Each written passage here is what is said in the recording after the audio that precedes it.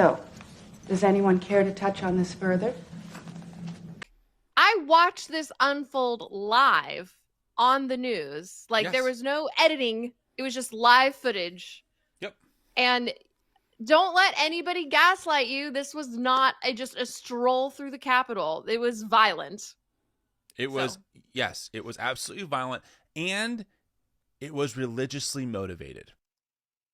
Welcome back to my channel. I am your host, G.I. Wingnut. We're starting a whole new series. So I'm going to start MAGA, Eschatology, and Accelerationism from the beginning of my story because it's my piece to add to the puzzle. The inspiration for that will be included at the very end of this video. It's a very inspirational message that I received from the pastor at what I'm claiming as my home church now, Gethsemane Lutheran Church here in St. Louis, Missouri. Anyway, let's move right on into this. Let's start at the very beginning. Hail and fire mixed with blood fell upon the earth, and the sun was allowed to scorch the men with fire. And I saw the spirits performing signs to gather the kings of the world together for war in the place called Armageddon.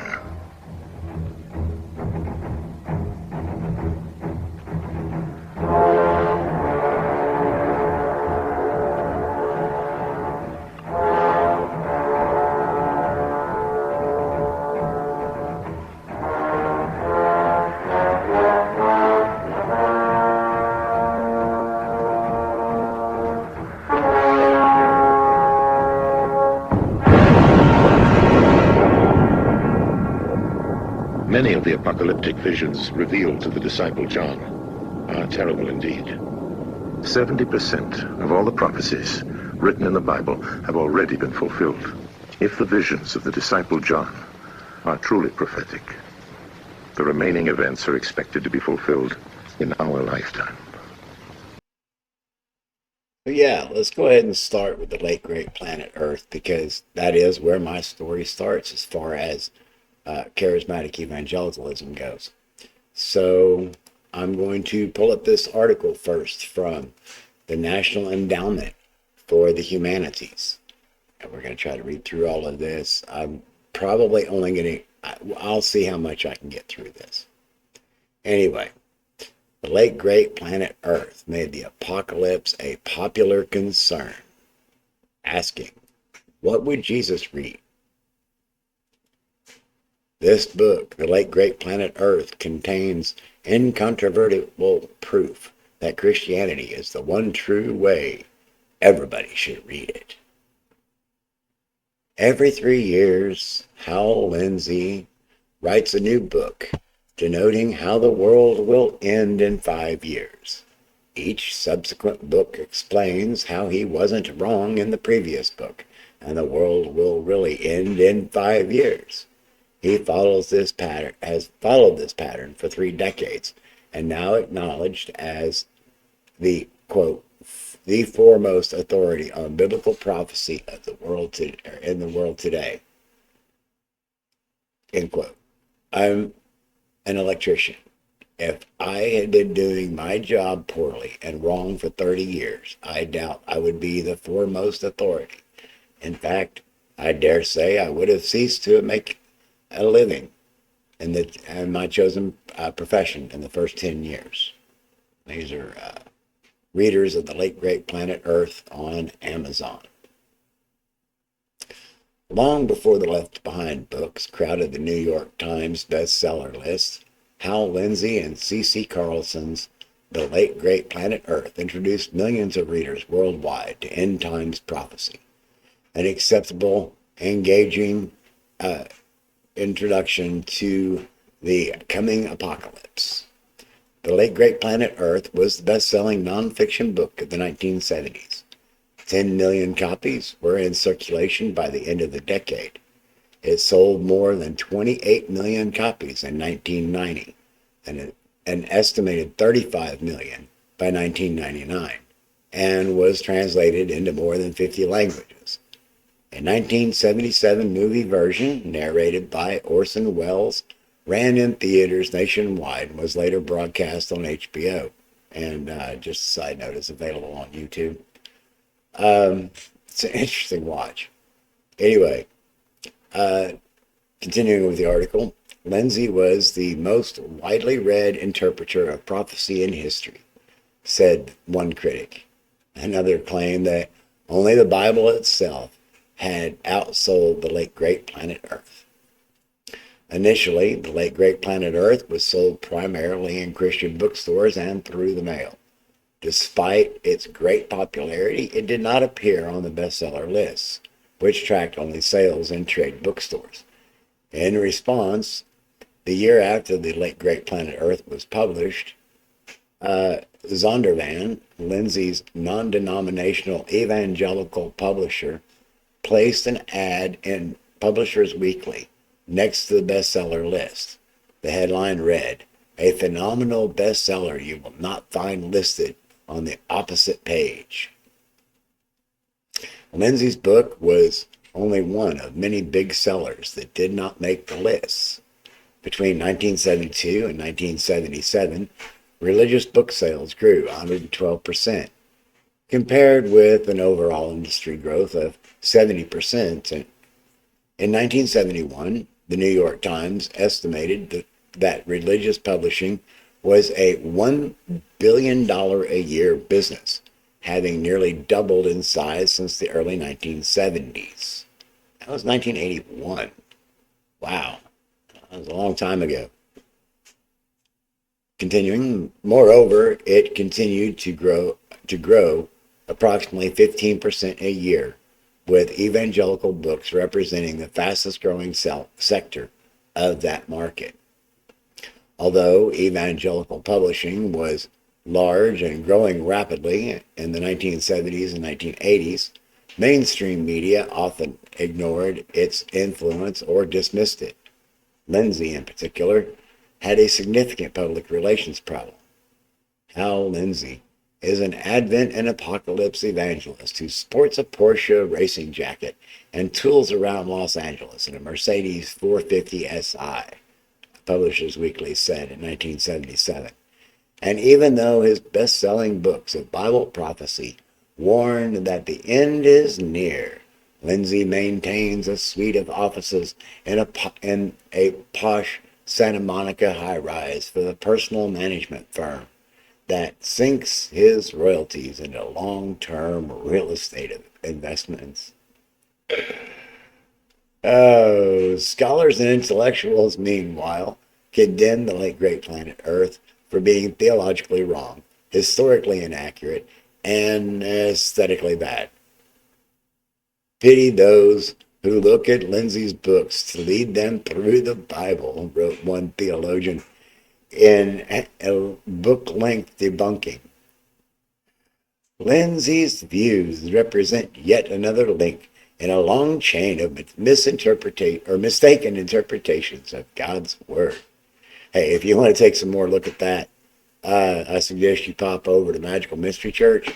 Laura has been doing some great work on some of the crazy origins of this stuff that we're seeing now, this stuff that I'm leading into.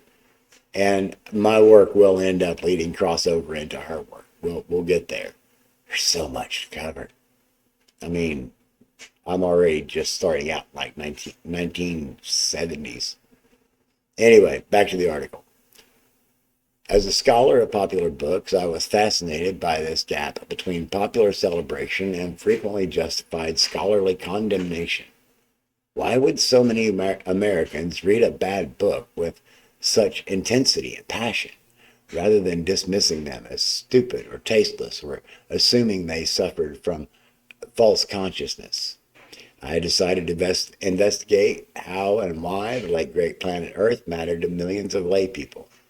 After reader reviews posted on Amazon before 2008 and comments collected from an online discussion group devoted to religion, I explored what this controversial book meant to readers in the 1970s and 1980s and how we might think about it now. It's one of the covers. Just really bad graphics. Anyway, The Late Great Planet Earth was an incredibly successful crossover book. One of the first texts to bridge the divide between religious and secular audiences. After Lindsay's book sold 500,000 copies, Bantam picked up the rights and released a mass market edition. While the text for the Zondervan and Bantam editions were identical, the Bantam edition had a different cover, one explicitly modeled on Eric von Daniken's Chariots of the Gods, a popular speculative history of how aliens from outer space had visited Earth in ancient times. The Bantam version was shelved with science fiction, as Publisher Weekly noted, next to the books about the I Ching and transcendental meditation. Now, it's important to notice that this a popular speculative history of how the aliens from outer space. They're talking ancient aliens. Okay. Continuing. We are getting our books out there through the unbeliever where the unbeliever action is, trumpeted one evangelical publishing executive about these partnerships. Evangelical houses were happy about the larger audience for biblical truth, and paperback publishers were thrilled to have the profits. As early as 1970, evangelical publishers were courting the youth market, an emphasis one publisher glossed as, "Try Jesus, not junk." Lindsay aimed his affordable paperback edition at this new non-denominational youth audience. "I've never gone for the hardback market," he explained. "In fact, I've always insisted on publishing the hardback and the quality paperback at the same time. I'm writing for the youth culture, and the average youth person doesn't even look at hardbacks of any kind." Lindsay was no stranger to the youth movement. For 7 years, he'd been an evangelist for Campus Crusade for Christ, preaching to crowds of college students at the University of California, Berkeley, and San Francisco State University. He told Publishers Weekly that he was constantly challenged to not just spout theological jargon, but to tell people something they could understand. I will come back to Campus Crusade for Christ in a later episode. In 1969, Lindsay began a teaching ministry near UCLA and became co-director of a 40-person residential house called the Jesus Christ Light and Power Company. Here, he honed his presentation style and material in lectures and Bible studies. His process was to imagine that I was sitting across the table from a young person, a cynical, irreligious person, and I'd try to convince him that the Bible prophecies were true. A young person wasn't hesitant to call you out on something, and it forces you to come to grips with people who aren't in the religious club. His colloquial way of writing set Lindsay apart. In his attention-grabbing book, introduction, he wrote, "This is a book about prophecy, Bible prophecy. If you have no interest in the future, this isn't for you. If you have no curiosity about a subject that some consider controversial, you might as well stop now." Lindsay began by talking about astrology and other popular forms of divining the future before turning to Bible prophecy as a more accurate, proven method. He was also mindful of the pitfalls of engaging scholarly materials. It is necessary on the next few pages to establish some documentation for ancient history. Some people find this subject a little dull, to say the least. If this is your case, you may wish to skim over the high points. For others, it will prove to be rewarding to check carefully the grounds upon which the historical case is built. Sounds like reinforcing a cognitive bias to me. All right, back to it. Publishers Weekly called the late great planet Earth old-fashioned doomsday preaching in a contemporary idiom, and praised Lindsay's folksy style. Historians, looking back, call it an apocalyptic reading of Ezekiel and funky 70s slanguage, and a tale of biblical prophecy told in counterculture vernacular. Yeah, we're going to get to that later, too. Fundamentalists have been interested in the apocalyptic book of the Bible, or apocalyptic books of the Bible, Ezekiel, Daniel, and Revelation. And there is a tradition of interpreting them in light of contemporary events. American Studies scholar Melanie McAllister describes most of these interpretations as academic inbred books aimed at audiences of the already converted. Yeah. Okay. Cognitive bias. Yeah, confirmation of cognitive bias. Lindsay wanted to reach the not yet converted, although his potential readers might have lacked familiarity with prophetic scriptures that identified harbingers of the end times. Lindsay presumed that they were fascinated and terrified by the events of their own time.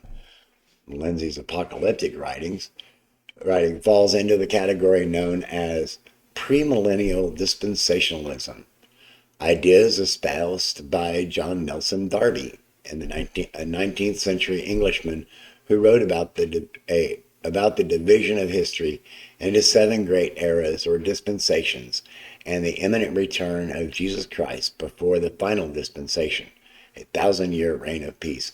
And I actually have a deep dive lined up to follow this up. I have one other article to read first.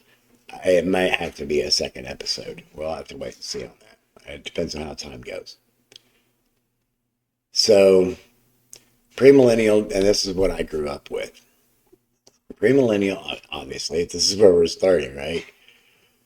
Premillennial dispensationalists believe that ambiguous scriptures describe events that will happen as the second coming of Christ approaches. In Lindsay's version, the harbingers of the end times include the return of the Jews to the Holy Land, founding of Israel in 1948. And that's a pivotal point that I will address later when we get to talking about William Branham.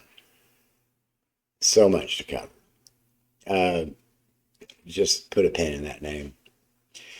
Jews remaining in control of Jerusalem, sacred sites, the 1967 Arab-Israel War, and the rebuilding of the temple, not yet. At least that's as of the writing of this article in 2017. If you're tracking anything with the Temple Mount stuff, the Third Temple stuff, that will clue you into where we are on the timeline as far as these people are concerned. Again, referencing the rebuilding of the temple, they're saying not yet, but that was as of 2017. In 2024, there was this big blow up about Third Temple being constructed. Red cows, red heifers. It's a thing. I'll get to it later.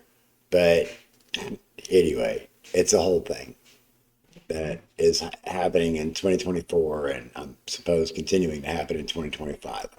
We'll address that later. Anyway, back to the article. As the end times approach, the Antichrist, disguised as a global peacemaker, comes to power. True Christians are transported to heaven, the rapture. That's that John Darby thing. And we're going to get to that. So after that is the 7 years of tribulation, floods, famine, diseases, plagues, and war follow, at the end of which Jesus returns to lead Israel's army against the rest of the world. Christ's victory ushers into his 1,000-year reign. Christ's victory ushers in his 1,000-year reign, the final dispensation. Lindsay also wove together contemporary accounts of nuclear proliferation and World War III scenarios with the prophetic scriptures he believed depicted them, convincing lay readers that the Bible offered a framework to give meaning to what was happening in the present. And there are a lot of people in the charismatic evangelical movement over there on the MAGA side of things that still believe, even more so now, that these prophecies are coming true now. That's where the eschatology is working in, and they're pushing it. Well, we'll get to the Seven Mountains Mandate later, especially if you're not familiar with it. I can only give you just so much at a time. But anyway, so back to this. Evangelical Christians were convinced of the truth claims made by Lindsay and the late great Planet Earth, and read it in order to reconcile disturbing events in the news with predictions made in the prophetic books of the Bible. The late great Planet Earth made it appear that the world was completely under God's control, and the history was unfolding exactly as God intended. Readers were told that they had a special role in convincing others of the truth, so they could accept Jesus as their Savior in time to be rescued from the impending apocalypse. One subset of evangelicals, the Jesus people, particularly responded to the message.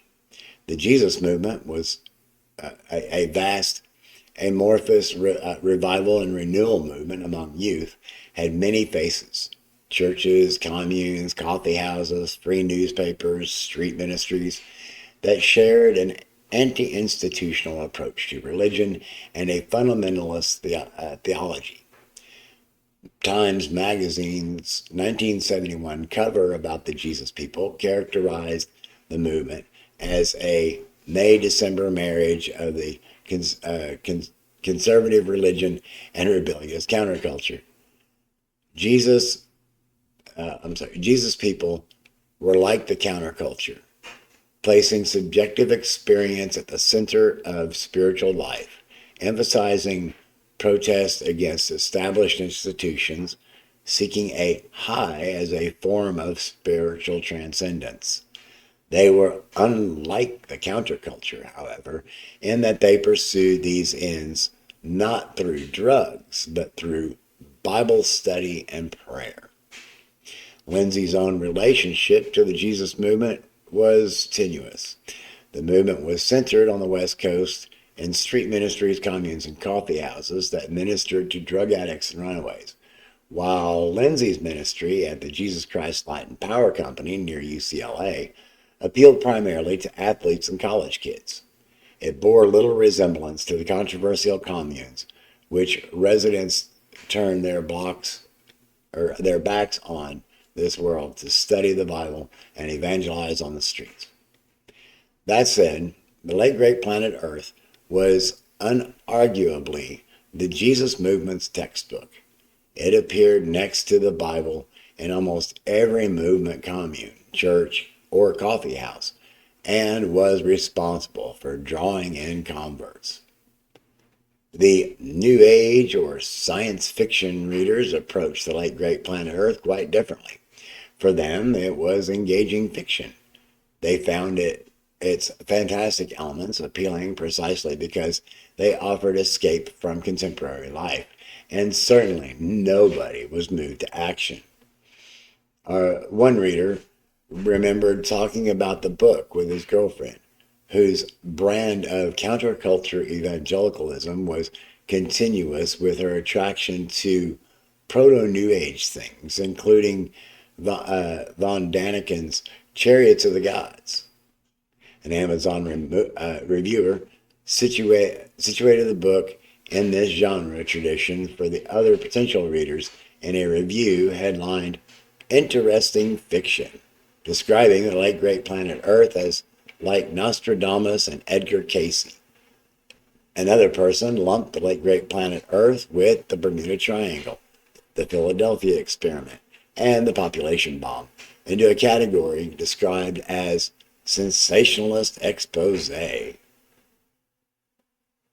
Some readers recognize the book as both religion and speculative fiction. One reader wrote that he discussed the book with his colleagues when he was in seminary, i.e., it was religion. But that was in the science fiction section of his local bookstore. For some, its science fiction and fantasy elements were what made this book so bad. One Amazon reviewer scoffed, "Suffice it to say that Lindsay's take on the Book of Prophecy might as well be a fantasy concocted as a science fiction novel." Others submitted more divided reviews, explicitly invoking the two genre traditions in their critique. "Horrible scholarship, but entertaining," insisted one Amazon reviewer. One awarded the book 2 stars, a loose average of 0 to 1 stars for logic and quality of scholarship, and the 3 to 4 stars for entertainment value. Interesting. Religious history, or historian Martin Marty, has called The Late Great Planet Earth a flag book, a book whose purpose was, at least in part, rallying the troops. As he surveyed the religious books landscape in 1976, Martin discerned ecumenical movements crystallizing out of reading communities around popular books about Corrie ten Boom, The Hiding Place, David Wilkerson, The Cross and the Switchblade, and Lindsay. Okay, I got to interject you. I've just recently, I've been listening to Corrie ten Boom, The Hiding Place, with my girlfriend. I did not know about it until recently. She's, anyway, it doesn't matter. I'm appreciating hearing this new book. They're new to me anyway. But I grew up on David Wilkerson's The Cross and the Switchblade, and obviously this book had a major impact on my teenhood. We'll talk about that later. Anyway, back to the article. Readers made themselves partisans of their flag book, but did not engage with those outside their reading circles. Lindsay's premillennial dispensationalist readers, for example, were profoundly suspicious of the Pentecostal and charismatic readers of Wilkerson. Readers did not read these books for information as much as they did for belongingness, Marty argued. To read and talk about these books was a way of publicly claiming a particular religious identity and membership in a community of believers. I would say fact check true on that, especially with as much cult study, comparative cult study as I've done. It was definitely a culty environment that I was in. Continuing. Indeed, the most striking fact about the 81 Amazon reviews I studied is the vitriolic debate between insiders and outsiders. On Amazon, most of the reviews give the book either 5 stars, the maximum, or 1 star, the minimum, with many expressing the fervent desire to award 0 stars or negative stars. Readers seem to fit into these 3 groups: true believers who are keeping the faith, lapsed believers who have since reevaluated their commitment to Lindsay and his theology, and those who were full of contempt for Lindsay and his work. "This is the classic Bible prophecy book of all time," wrote one true believer reviewer. "I first read it in the early 70s, and it moved me to seek out God." I'll tell you my story another time. Another explained, "The Late Great Planet Earth provides everything a Christian needs to know to drive him or her to want to spread the message of Christ's salvation to a needy world." Not surprisingly, many readers whose own lives have been transformed by reading The Late Great Planet Earth recall having bought multiple copies that they had given away to friends, family, and strangers whose faith they perceived to be lacking. Judging, just saying. You don't know what I know. All right, back to the article. Those who disliked the book were equally impassioned. A one-star reviewer described the late great planet Earth as idiotic, gullible, credulous, superstitious, fanatical, irrational, etc. Pure bunk, proclaimed another. I read this book in 1971. It was pure bunk back then, and it's even purer bunk 35 years after its publication. All of its predictions didn't happen, yet the author continues to be admired in fundamentalist circles. What does that tell you?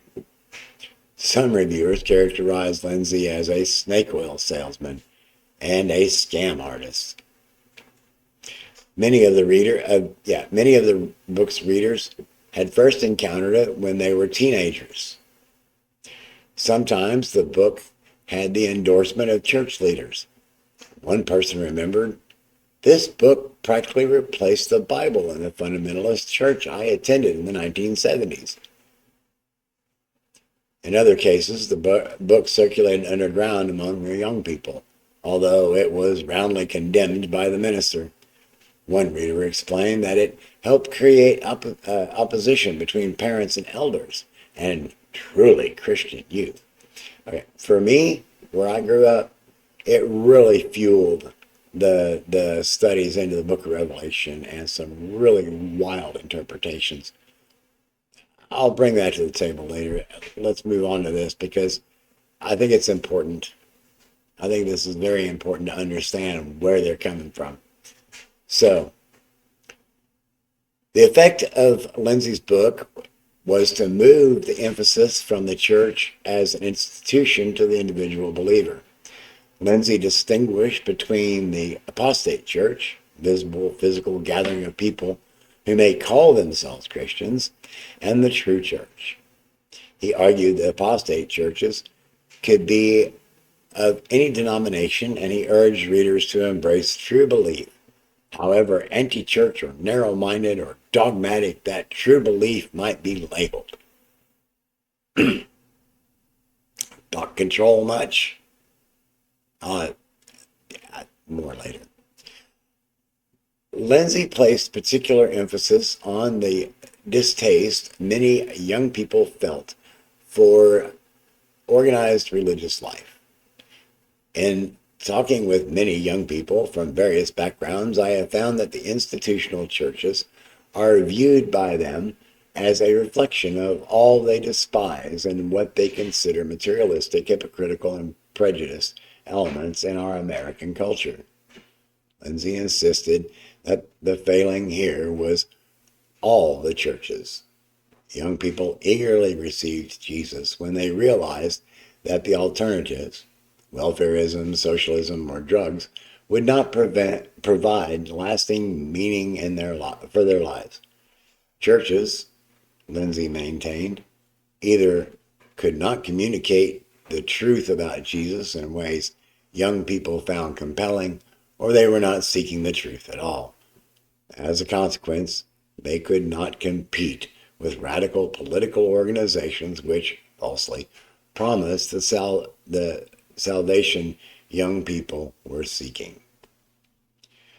I found that fear was often expressed in the Amazon reviews I analyzed. One reader explained that this book is a surefire prescription for scaring the daylights out of young kids. I know, I was one of them. That's not my review, but I'm echoing that. My teen years were lost because of this. Not all of it was bad, but growing up as a fearful teenager doesn't do anybody any good as an adult. So, continuing.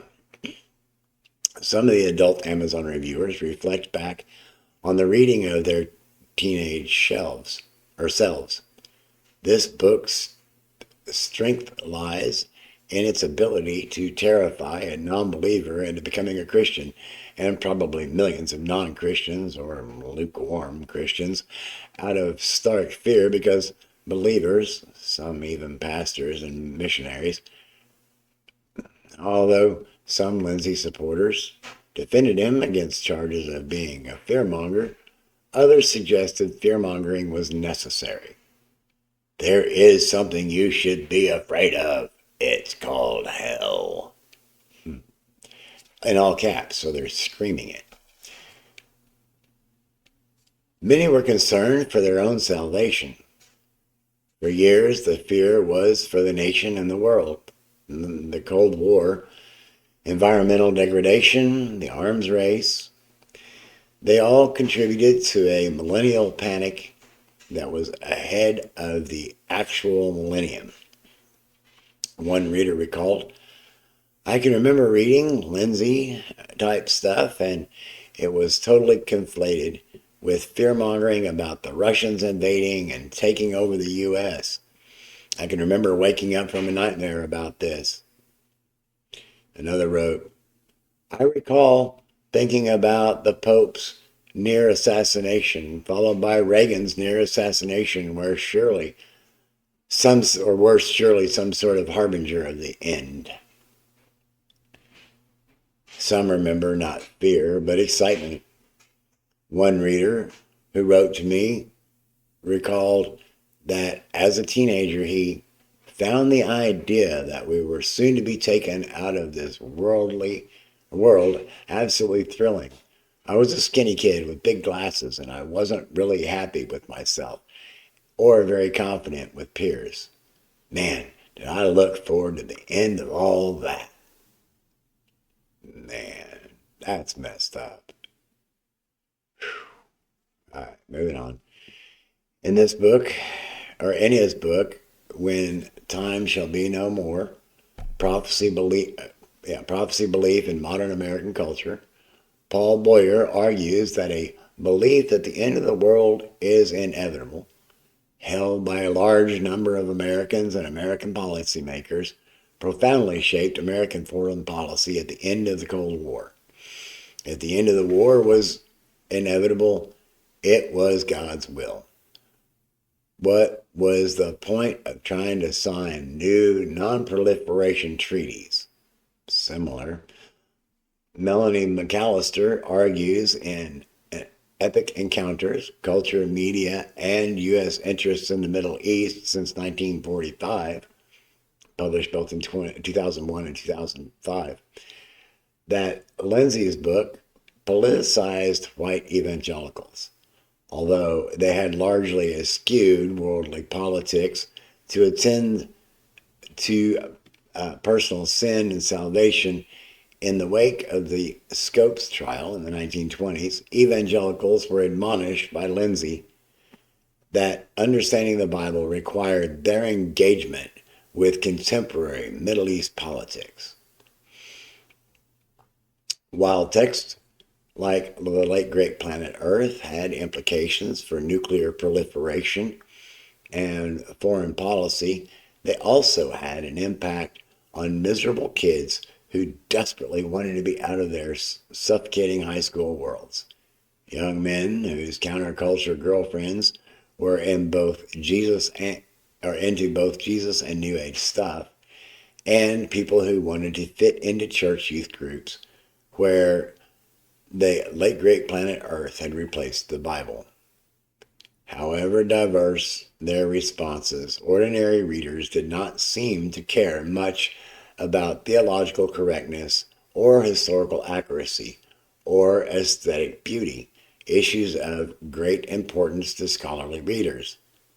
Like the debates over the popular religious books, the controversy over the late great planet Earth was a case of scholarly readers and non-professional readers talking past each other about what books are good for. Intellectuals worry about what these texts say, but ordinary readers focus, quite pragmatically, on what they do. Popular readers care if the texts work, that is, make them better people, manage their fears and anxieties, and make them feel as if their lives matter in the larger scheme of things. Uninspired prose and problematic theology aside, The Late Great Planet Earth was nonetheless a useful book for lay readers navigating the anxious decades after 1970. And about the author, Aaron A. Smith is professor of American Studies at the University of Texas at Dallas and the author of What Would Jesus Read? Popular Religious Books and Everyday Life in 20th Century America, University of North Carolina Press, 2015. This article is adapted from chapters 7 and 8 of What Would Jesus Read? It appears with permission of the publisher. So I grew up Assembly of God, and I found this article over there on their website. I'll be including the links down in the description on the video. So the name of this article is Rapture Anxiety or Blessed Hope. Assembly of God, this is from 2023. Assembly of God General Superintendent Doug Clay shares why the Bible's message surrounding the rapture should calm anxiety, not cause anxiety for Christians. Will Jesus return in 2023? That question stirs hope in some and anxiety in others. Well, it didn't happen, so.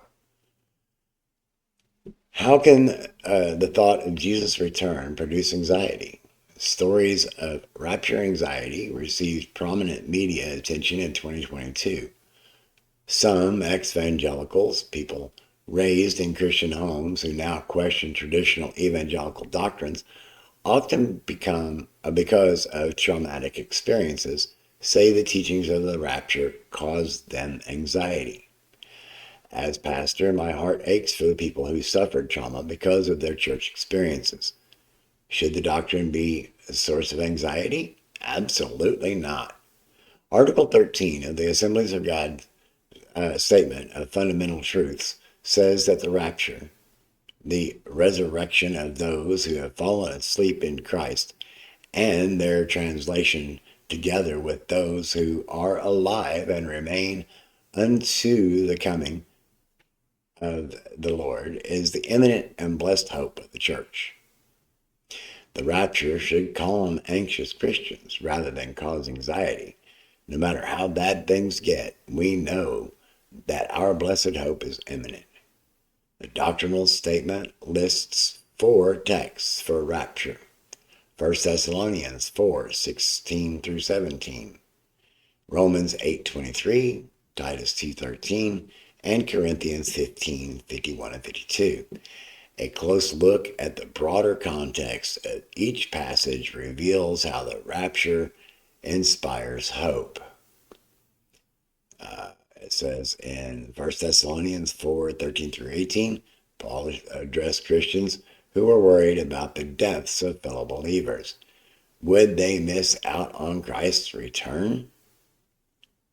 And he says, so we will be with the Lord forever, Paul concluded.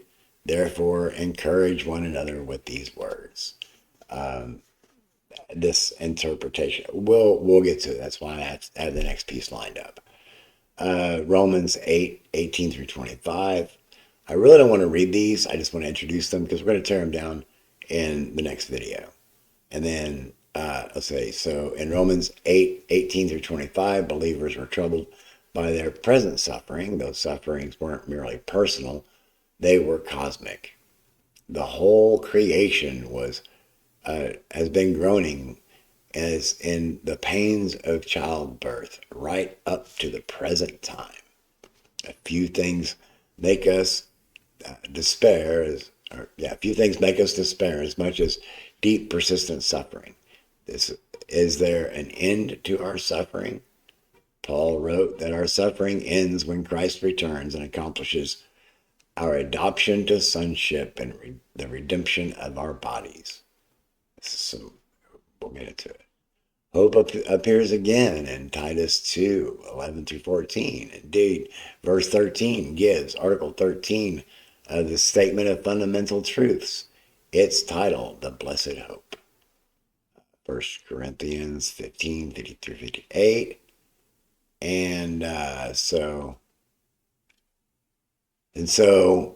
we come back to the question, should the rapture be a source of anxiety? We let the Bible teach us doctrine. The answer must be no. Sin, suffering, death These are the sources of anxiety. By contrast, Christ's coming for his saints is always source of hope. I love what former Assemblies of God General Superintendent G. Raymond Carlson said about the link between Christ's coming and Christian confidence. The Christian's hope centers in a person and the sovereignty and the final triumph of that person. For this reason, the Christian is the most optimistic person in the world. He knows that the chaos of today was predicted by our Lord as a forerunner to Christ's second coming. He's aware that God's holy purposes will be fulfilled and Christ will be victorious. Belief in the coming of our Lord makes us incurable optimists. The Christian's hope centers in a person and the sovereignty and the final triumph of that person. So, sounds to me like they're putting the person over the message of the Bible as intended. We'll break into that later. If the rapture is a source of hope, why do some people experience rapture anxiety? Let me close by suggesting 3 reasons and a pastoral remedy for each. First, too much speculation.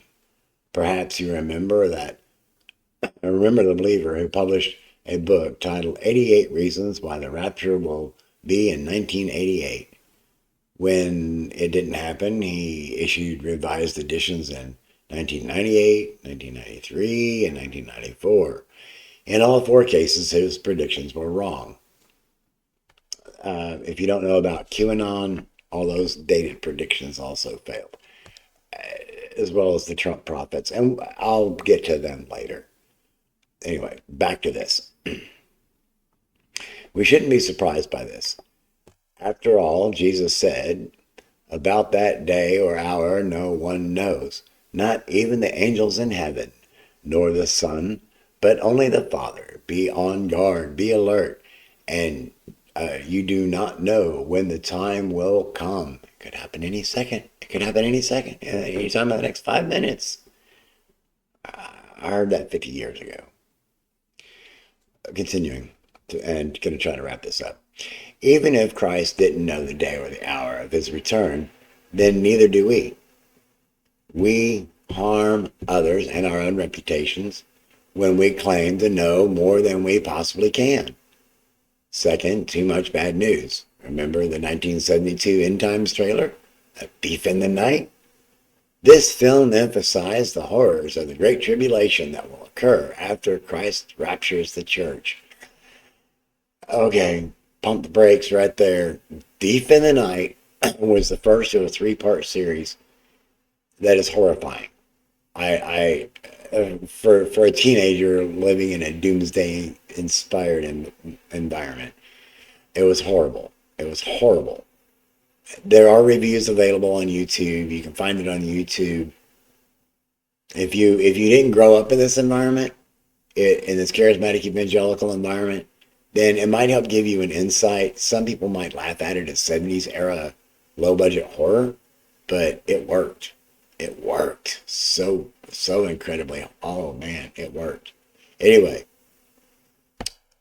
when overemphasize the bad news of the great, when we overemphasize the bad news of the Great Tribulation, people don't hear the good news of Christ's coming for his saints. Our preaching and teaching should not just paint a dark picture of the human condition, but they should also shine light on shine the light of God's grace. Third, too much legalism. Scripture clearly teaches us we are saved by grace through faith, not by works. Ephesians 2, 8 through 9. And Titus chapter 2, verses 11 through 14, encourages us to live godly lives in the light of grace that has appeared and the hope that will appear. Our motivation for godly living then is grace and hope, not fear of judgment. That was not my experience. Close the paragraph. Hope is a fundamental need for people. Everyone needs some kind of hope. You have a personal relationship with Christ, and the message of the rapture is about the hope of being found. This article originally appears in the winter 2023 issue of Influence magazine, used with permission, and there's the author, Doug Clay, General Superintendent of the Assemblies of God Church in 2017. Well, we're going to dive deeper into their history. But for now, that's all I got for that article, and let me go ahead and get this tease set up for our next episode. I hadn't counted on this, but I must say you worked out beautifully. People are terrified of you. What's new? People have always been terrified of me. Yes, but this time they're really intimidated. Now, I'll have carte blanche. Well, I want to give you some things. I want to give this one to you, this one to you. Here, I have a big piece for the littlest ones, and for the bigger kids, I have a very small piece. That one's big. Okay, so bigger kids. I'm going to give you a piece.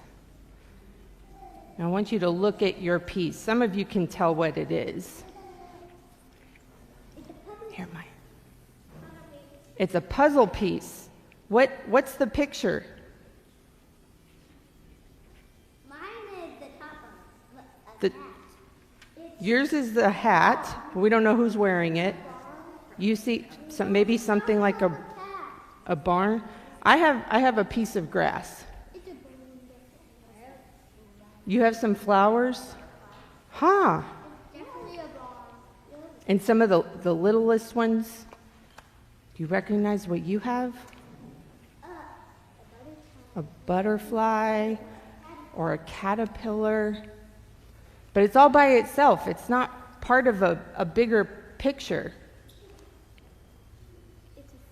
Do you usually play with puzzles this way, or you just hold one piece and go, oh, that's a nice picture? You usually put them together. I think that's a good idea. I wonder if any of our pieces fit together. So for the littlest ones who have the caterpillars and butterflies, here, you have a puzzle. Brock, can you take your piece over here? And for the bigger kids who have the small pieces, let's keep all our pieces together over here. Well, now you can see the picture on the box. Sometimes I use the picture on the box too. Look at the picture. It's a small puzzle, but I wonder if you can find a way to put the pieces together. They're getting. It's important for everyone to be able to work together, because with your own one piece, how can you possibly tell what the picture should look like? I love how everyone is working as a team. I want to talk about this a little more today and during the sermon time, about how each of us has a piece of the puzzle. We all have something important to bring so that the whole picture can make sense.